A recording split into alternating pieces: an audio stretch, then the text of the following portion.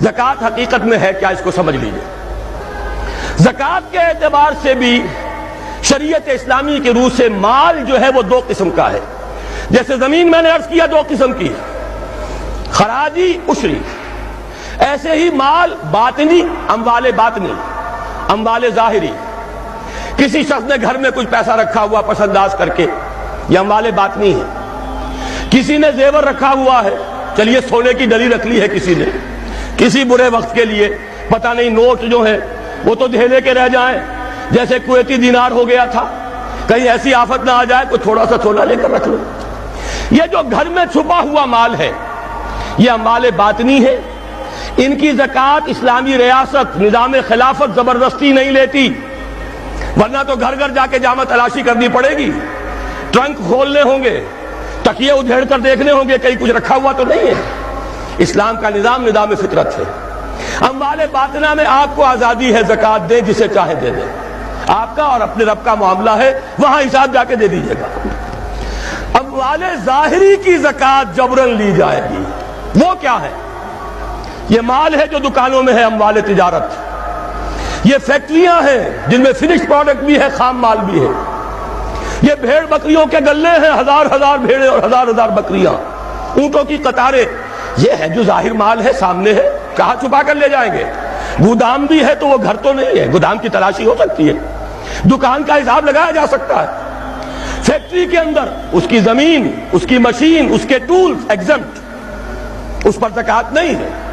لیکن جو بھی مال ہے اس میں وہ دو شکلوں میں ہوگا، یا خام مال ہے، کپڑا بنانے کا کارخانہ ہے تو دھاگا پڑا ہے اتنے کروڑ کا، تیار کپڑا ہے اتنے کروڑ کا، اس کا 2.5% دے دیجئے۔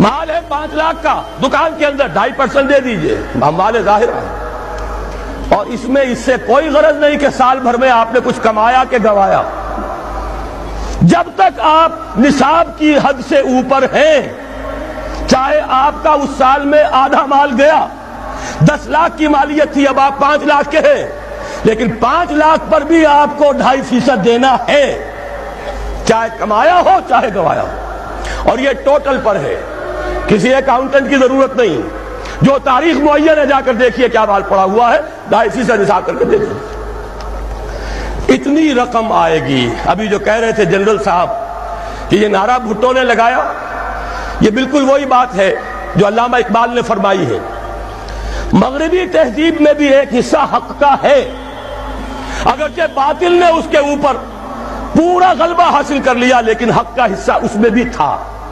وہ کیا تھا؟ اوہام پر اپنی بات نہ قائم کرو، لا تقف ما لیس لک بہ علم ان السمع والبصر والفؤاد کل اولئک کان عنہ مسئولا۔ علم پر بات کرو، وہم پر نہیں، محض تصورات پر نہیں، محض توہمات پر نہیں، علم پر، موقف تمہارا علم پر قائم ہونا چاہیے۔ یہ بات تھی، انہوں نے لی، توہمات کو ختم کیا، کھول آنکھ، زمین دیکھ، فلک دیکھ، فضا دیکھ، مشرق سے ابھرتے ہوئے سورج کو ذرا دیکھ۔ لہذا سائنس بڑھی، ٹیکنالوجی بڑھی، آئی ان کے ہاں ترقی آئی۔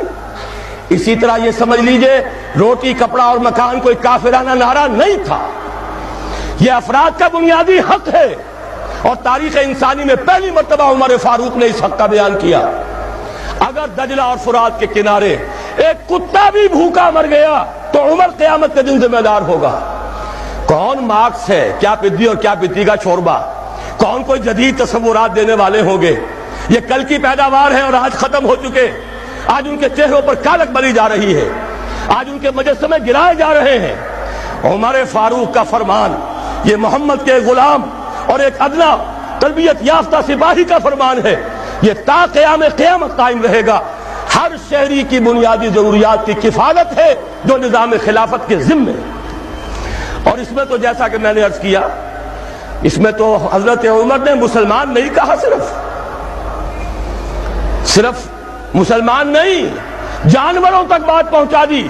اس کا مطلب یہ کہ غیر مسلموں کا بھی حق ہے، اس لیے کہ حضرت عمر ہی نے ایک مرتبہ دیکھا تھا، کسی صوبائی دارالحکومت کے دورے پر گئے تھے، کوئی ایک بڑھا غیر مسلم غالب المجوسی تھا، وہ کچھ خیرات مانگتا پھر رہا تھا، بہت بوڑھا ضعیف۔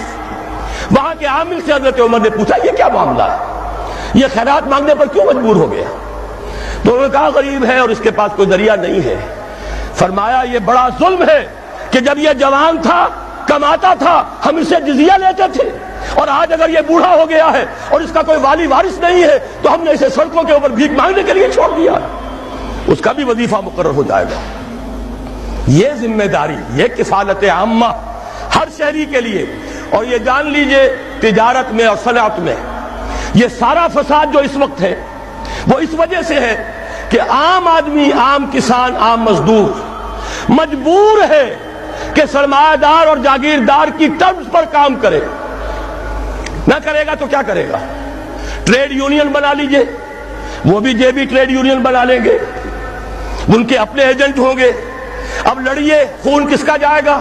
مزدور ایک دوسرے سے ٹکرائیں گے، کچھ حاصل نہیں. اسلام نے کیا نظام دیا ہے؟ آپ غریب کو ضمانت دے دیجئے، اگر تمہیں صحیح ویج نہیں مل رہی، تمہیں صحیح مبادلہ نہیں مل رہا اپنی محنت کا، مت کام کرو. تمہیں بھوکا نہیں مرنے دیا جائے گا، تمہاری بنیادی ضروریات کی کفالت ریاست کرے گی. اب ہوئی برابر کی چوٹ. اگر کارخانے دار کہہ سکتا ہے کہ اگر آپ کو یہ چیز منظور ہے کام کیجئے ورنہ جائیے، سب مزدور چلے جائیں گے، میں لاک اپ کر دوں گا، کارخانہ بند کر دوں گا.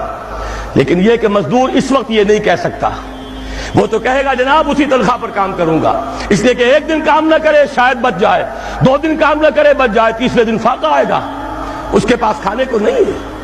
لیکن اگر معلوم ہو میری ریاست خلافت اللہ فی الارض، وہ ضامن ہے، وہ رب العالمین ہے، اور اسی کی رب العالمینی کا یہ مظہر ہے نظام خلافت. رحمت للعالمینی کا سب سے بڑا مظہر محمد رسول اللہ کی یہ نظام خلافت، یہ ضامن ہے، یہ مجھے بھوکا نہیں مرنے دے گا، یہ میرے بچوں کے لیے کوئی نہ کوئی چھت ضرور فراہم کرے گا.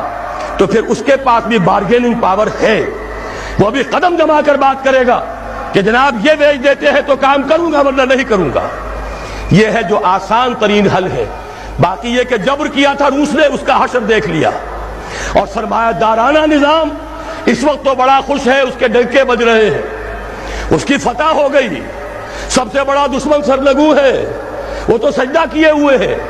لیکن یہ کہ واقعہ یہ ہے سرمایہ دارانہ نظام کے اندر جو کنٹرڈکشنز ہیں، جو تضادات ہیں، اب وہ ظاہر ہوں گے. جب باہر مقابلہ تھا اندر کی لڑائی ختم تھی، اب اندر سے فساد ابھرے گا، اندر سے ایکسپلوژن ہوں گے. یہ غیر فطری نظام، یہ غیر انسانی نظام، یہ غیر معقول نظام ختم ہو کر رہے گا. کاش کہ اس کی جگہ صحیح، معتدل، متوازن، عادلانہ نظام خلافت، اس کا کوئی نمونہ ہم دنیا کے سامنے پیش کر دیں. اس وقت پوری دنیا کی طرف ہماری ذمہ داری ہے. ساری نوع انسانی کے ہم مقروض ہیں کہ ہمارے پاس ہدایت ہے، لیکن ہم اس پر خزانے کا سانپ بن کر بیٹھے ہوئے ہیں، نہ خود عمل